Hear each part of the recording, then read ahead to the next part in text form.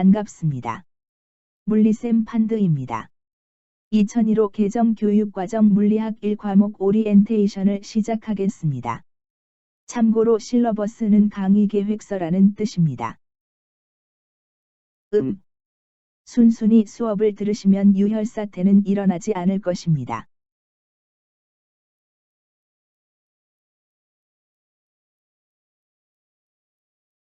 먼저 물리라는 명칭에 대해 소개할까 합니다. 여러분은 물리학이라는 과목 또는 학문에 대해 어떤 생각을 갖고 있나요? 중학교 때, 그리고 1학년 때, 과학 과목 속에 포함되어 있는 내용 중 물리 분야의 내용이 어떤 것이었는지 한번 생각해 보세요. 먼저 어원의 뜻을 살펴보면 한자로는 사물물의 이치리, 즉 만물의 이치를 탐구하는 학문이라는 뜻을 내포합니다. 피직스의 유래는 자연을 뜻하는 그리스어 피시스에서 왔으며 고대 그리스의 철학자 아리스토텔레스는 자연학에서 물체의 여러 가지 운동에 대해서 정의하였고 이후에 물체의 운동과 그것에 관여하는 힘 등을 다루는 학문을 그리스어원을 따서 피직스라고 부르게 되었다고 합니다. 현재는 물체의 운동, 즉 역학뿐만 아니라 전자기학, 연력학, 광학, 양자역학 등 매우 많은 영역이 추가되었습니다. 요약하면 물리학은 자연계의 법칙과 현상을 수리적으로 증명하려는 시도를 하는 자연과학의 한 분야로 고등학교 수준에서는 자연현상 및 사물에 대한 거시적인 탐구 정도로 줄일 수 있습니다. 추가적인 세부 설명은 뒤에서 더 하겠습니다. 그럼 우리는 물리학을 왜 배우는 걸까요? 물리학은 주요 과목인 과학 과목의 세부 과목으로 21세기 4차 산업혁명 시대를 살아가기 위한 교양을 쌓는데 이하 설명은 생략하겠습니다. 그보다 더 절실한 이유는 특히 자연계열 학생들에게는 주요 내신 및 수능 선택 과목 중 하나라는 점이 가장 큰 이유입니다. 또한 여러분이 앞으로 진학할 이공계 관련 학과의 대부분이 전공 과목 공부를 위해 물리학적 배경 지식을 필요로 합니다. 혹시 나는 수능 시험에서 물리학 과목을 선택하지 않을 것이라고 공부할 필요가 없다고 생각하는 학생들은 얼른 생각을 바꾸셔야 유혈사태가 일어나지 않을 거입니다. 또한 전기와 함께 잠을 자는 시간이 되어도 곤란합니다. 이건 교육부에서 선정한 과목 목표이군요. 와우! 물리학을 배우면 이런 능력들을 키울 수 있답니다.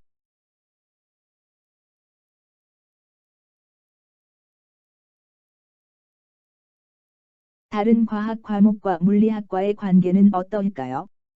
물리학과 화학을 나누는 기준은 과거에는 주로 눈에 보이는 물체의 운동, 빛, 소리, 전기 및 자기와 같은 거시적 현상을 연구하는 것이 물리학이고 원자나 분자, 이온 반응 등과 같은 미시적 현상을 연구하는 것이 화학이었으나 현재는 그 경계가 점점 모호해지고 있습니다.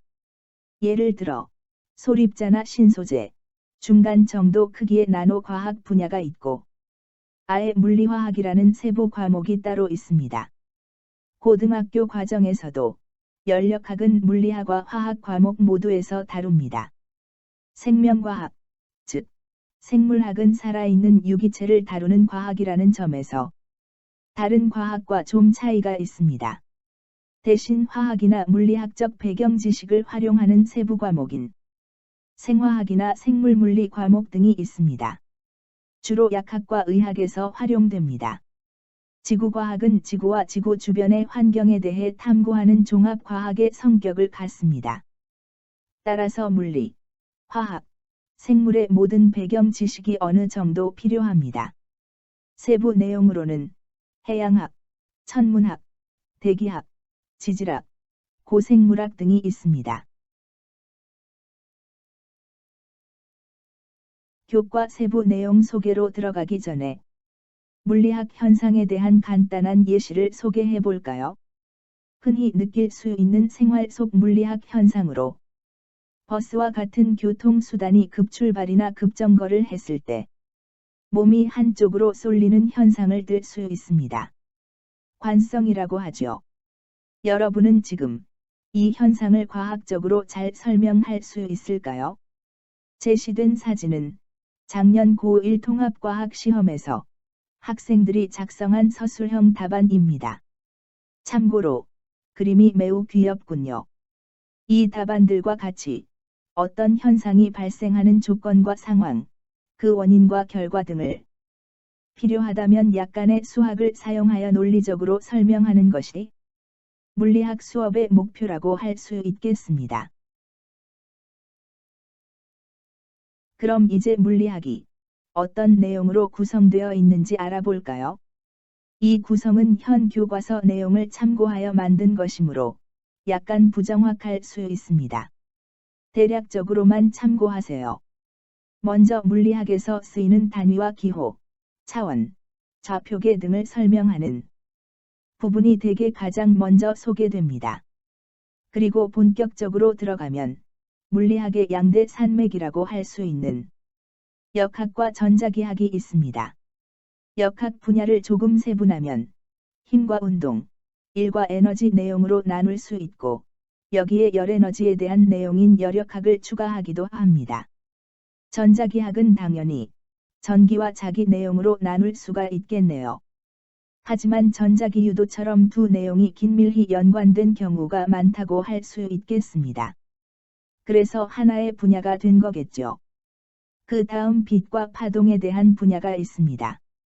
광학, 음향학 등으로 불리우는데요. 비교적 최근에 연구된 분야라고 해서 현대물리라는 명칭도 있습니다. 기존의 역학과 전자기학의 내용을 바탕으로 빛과 전자기퍼의 성질을 연구하는 분야입니다. 이 외에도 추가를 하자면 신소재를 다루는 고체물리, 원자속 소립자와 관련한 입자물리학, 상대론과 양자역학을 들 수 있습니다. 현대물리보다 더 최신의 물리 분야이고 지금도 계속 연구 중인 분야입니다. 드디어 교과서에 대해 알아볼까요? 와우! 종류가 꽤 많네요. 교과서에 따라 소단원 순서, 예시, 탐구 실험 사례 등이 조금씩 다릅니다. 수능 선택 과목으로 물리학을 선택하는 학생들은 문제집이나 참고서 등을 통해 본인이 사용하지 않는 출판사의 교과서도 어느 정도 참고할 것을 추천합니다. 이제 교과서의 구체적인 세부 내용에 대해 알아봅시다. 물리학원 교과서는 크게 역학과 에너지, 물질과 전자기장, 파동과 정보통신의 세 개의 대단원으로 구성되어 있습니다. 앞에서 소개한 물리학의 어떤 분야와 연관되어 있는지 확인해 보세요. 역학과 에너지 단원에서는 힘과 운동, 에너지 등의 역학과 시공간의 변화를 다룬 특수 상대론 내용을 배웁니다. 물질과 전자기장 단원에서는 전자기학 내용과 물질의 전기적 특성을 다루고 이를 이용한 반도체 소자에 대한 내용을 배웁니다. 파동과 정보통신에서는 파동의 일반적인 특성, 빛, 전반사와 광통신, 전자기퍼의 특성을 배우고 빛과 물질의 이중성 증거인 광전효과와 물질파에 대해 배웁니다.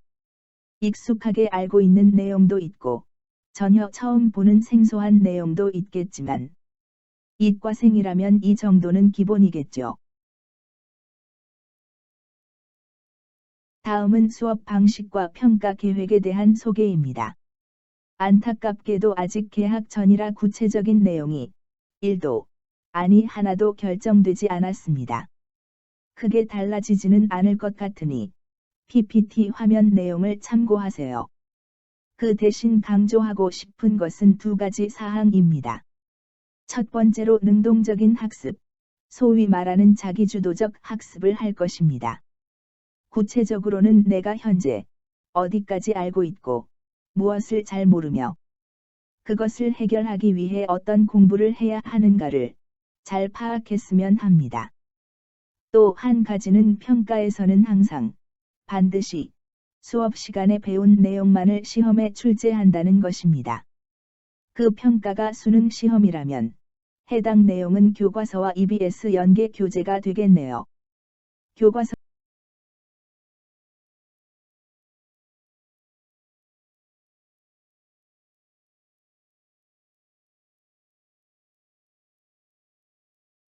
말이 나온 김에 물리 학습에 대한 조언을 좀 더 드려볼까요? 성공적인 물리, 그리고 과학 공부를 위해서 다음 4가지 사항을 추천합니다. 첫째로, 이해를 통한 암기가 필요합니다.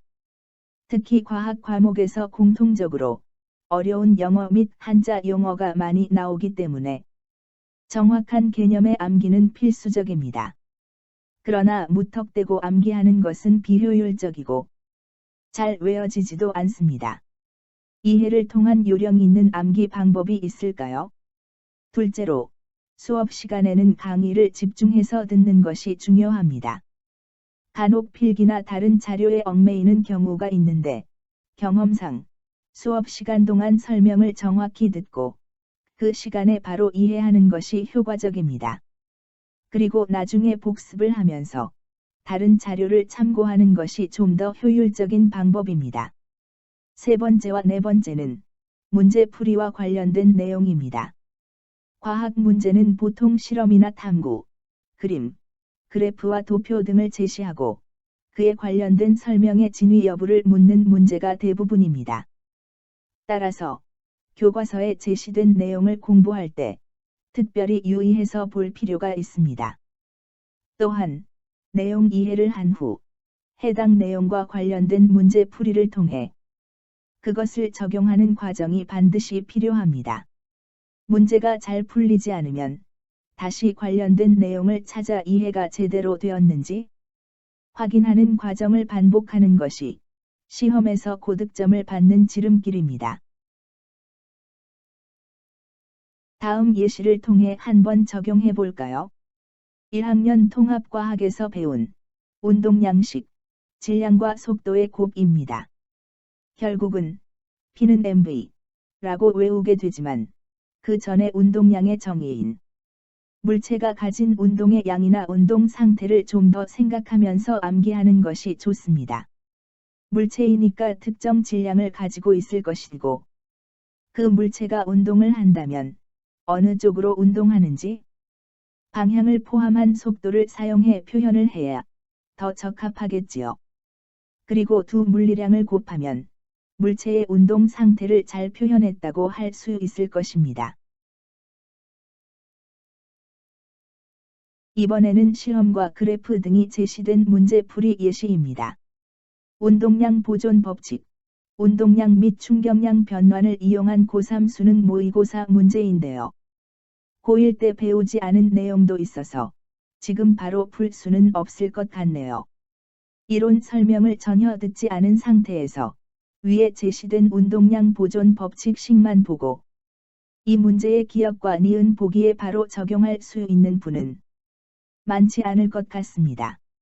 시험과 그래프의 중요성, 내용 이해와 문제 풀이가 병행되어야 하는 이유를 이제 좀 느끼게 되셨나요? 마지막으로 수업 관련 웹사이트를 추천하고 마무리하겠습니다. 화면에 제시된 웹사이트들 중에서 가상 실험을 체험해볼 만한 사이트를 특별히 강조하겠습니다. 우선 눈이 즐거운 물리입니다. 웹사이트의 내용을 바탕으로 책으로도 나와 있으니 한번 검색해 보세요. 그리고 물리학 교과서의 거의 모든 실험이 가상 실험으로 구현된 윤재한 쌤의 물리교실도 강추합니다. 또 이동준 선생님의 자바실험실은 물리뿐만 아니라 다른 과학 과목 가상 실험도 없는 게 없는 최고의 사이트입니다. 보다 수준 높은 물리학 지식과 관련 내용을 알고 싶은 분에게는 경상대 물리학과 웹교재, 물리의 이해를 추천합니다. 끝으로 제 블로그에도 약간의 수업 자료와 수능 기출문제 모음, 그리고 별로 재미없는 과학 이야기 등이 있습니다.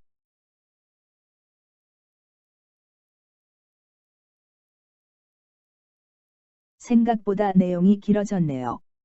즐겁게 물리학 수업과 학습을 할 수 있는 오리엔테이션이 되었기를 기대합니다. 감사합니다.